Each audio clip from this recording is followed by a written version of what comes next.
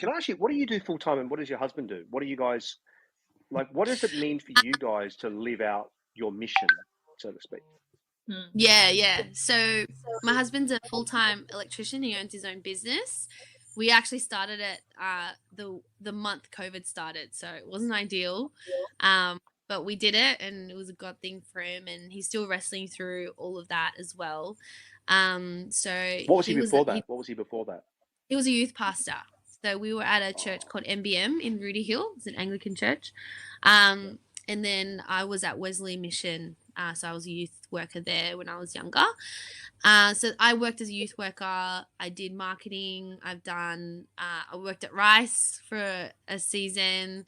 It's something we wrestled with over the last year and a half as well, Danny, in our group. Like, I guess It's something that Steph's always said that she hasn't been able to say, but that's what she means. Like if she were to hear that, she would have gone, that's what I'm talking about. It's not a slight on any of you guys. It's just, that's what covering means. It's that, whatever, like, it wasn't a word that we would articulate. We've been finding our own language, but I love, like, whenever she's saying, we are so familiar with, aren't we? We're going, yeah, I know what you're talking about, girl. But you know what, Danny? I feel like as well, like you're asking this question about what is it in you, in me, in AIDS especially, like that we feel like wanting to build something bigger than just, do you know what I mean? Like just a model of something for ourselves. There's this always sense of trying to, and it's almost like I feel like some people are built to actually be the leaders of and be that covering or be anointed. Do you know what I mean? And so I feel like when we came out, not to say that we are leaders and we're going to be, but I don't feel that same thing as Steph, where I'm like, I need this covering to be safe. Understand that. You know what I mean? So I really feel like you feel like a pioneer. Every person. You feel like a pioneer, don't you? There are pioneers in the body. There are leaders in the body. There are particular. Everybody has a gifting and a place and a something to bring to the body, and everyone has a different take on what member or what part of the body we are. So I feel like it's not so much because we've experienced in these last couple of years huge downfalls of big leaders and anointing, and you question, what's the fallout for the everyday Christian who is not an anointed leader of thousands or of hundreds. What is the cost of following under somebody's leadership when it all breaks down? And then, so we've wrestled with a lot of that. Do we just kind of try to have and empower the saints where we're all equal and have different, or do we need this covering? These are big questions, but I just want to throw it out there. I just feel like the part that I just kind of clicked for me is that there are some that he calls to lead people. And there are people that he calls to follow and to come under leadership. And those may change as well. Like he might call a follower to suddenly start leading. So if you're still there and can listen, it's like this season of being in the covering of Joel and being able to kind of really flourish in that. Oh, she's being kicked out. Oh, here she is. Hand the mic. May lead down the track to you being able to, if God anoints you for something else where you actually come out from that leadership, not because of a burnt out thing or any sort of, but going, you're sent. Do you know what I mean? And you actually have an anointing for something where you're called to lead it. Like going off your comment about the covering, how this is just a safe space for you and you guys to flourish in this stage. And I was saying it's interesting because everyone in the body, sees what they see from the member that they're part of, the part of the body. And some people don't feel that as much because maybe they're called to be that covering. So they go, I don't, so when I was talking about, hey, when Danny, when our families came out, different ones. So for AIDS and I, we've sensed that there's kind of, we need to pioneer something. So there's a pioneering spirit and anointing and a leadership that some people, because I haven't felt that. I haven't felt like, oh, I need a covering in this season.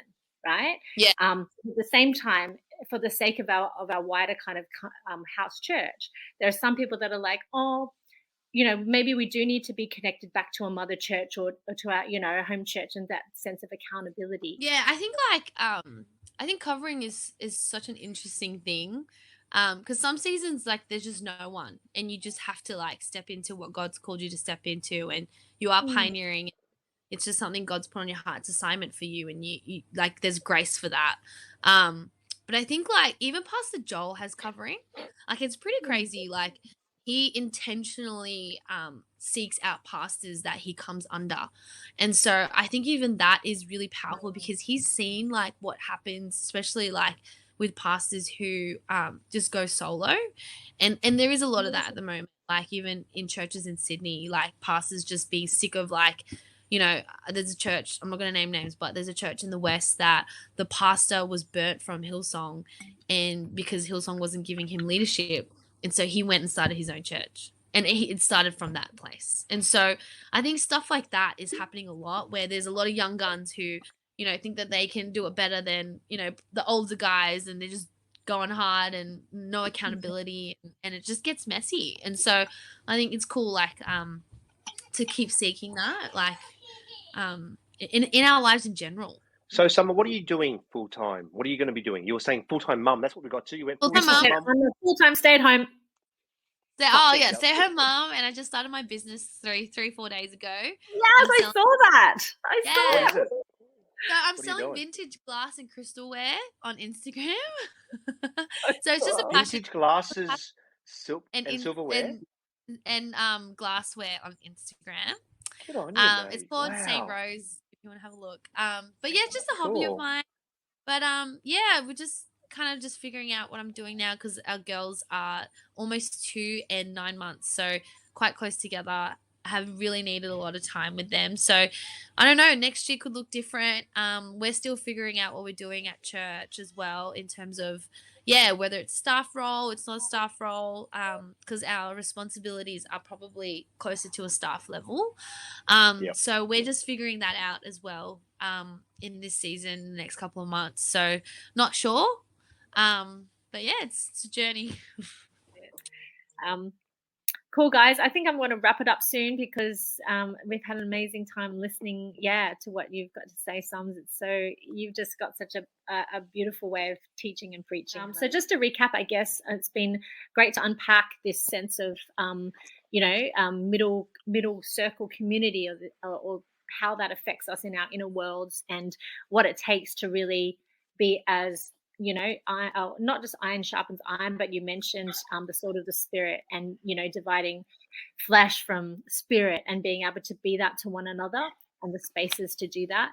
As we go on to this for next week, like, I really love to sort of open the conversation in this sense of, how does our middle circle, how do those that are in our inner world, that come alongside us, and that we come alongside intentionally, whether it be through a connect group. Hey, River. How was Frozen? It's okay. You don't have to try. Yeah, so whether it's in our connect groups, life groups, or just very people in our inner world, how does being in that kind of relationships, and those relationships in that context, help us spur us into our outer world, like this outer circle? So in our context, and whether it's our workplace, our mum at home life, what does it look like to shine? And how do we do that in our small group context? So yeah, that's kind of where we want to go next week. And but yeah, for now, thank you so much, Sums, for your time. Busy mum. Say hi to Brandon for us. Hey, guys, really appreciate it. Hey, I've got one last thought. It's not to be answered now, but just a thought. It'd be good to hear your thoughts on it later, Sums. And it's this, right? I sometimes wonder, where are the people that are full on for God, on fire, and being fragrant and missional in the world, that are not full time in the church? It's almost like the path to those kind of people end up in the church, like serving the body. Like, it's almost like they become the Levites, they get consecrated in, and you lose that model of someone who goes, how do I stay in the world? How do I stay with all the pressures of living this world that you go through, and actually 95% of you go through? I'm going through it too. And how do I stay there? And if it means that I'm double pedaling, in other words, I'm doing double shifts here, because I'm kind of living the normal work life, and then I'm living the whole missional support community life, then to me, that's actually not sustainable. And so that whole challenge of what we need to get to is something to be solved. That's something. Yeah, that's what I think. I think that's something that we're trying to work through. How do you be full on and all the rest of it, but somehow be flourishing and not extracting those people and saying, look, you're so gifted at this. But then again, there are those that are gifted at it, and they should be doing that too, because that's what they're actually called for. So that's the other side to it. Anyway, something funny to think about. Good thoughts. Yeah, okay. Cool. Awesome. Thank you so much, guys. Thank Have you. an amazing Thanks so much for night. your time.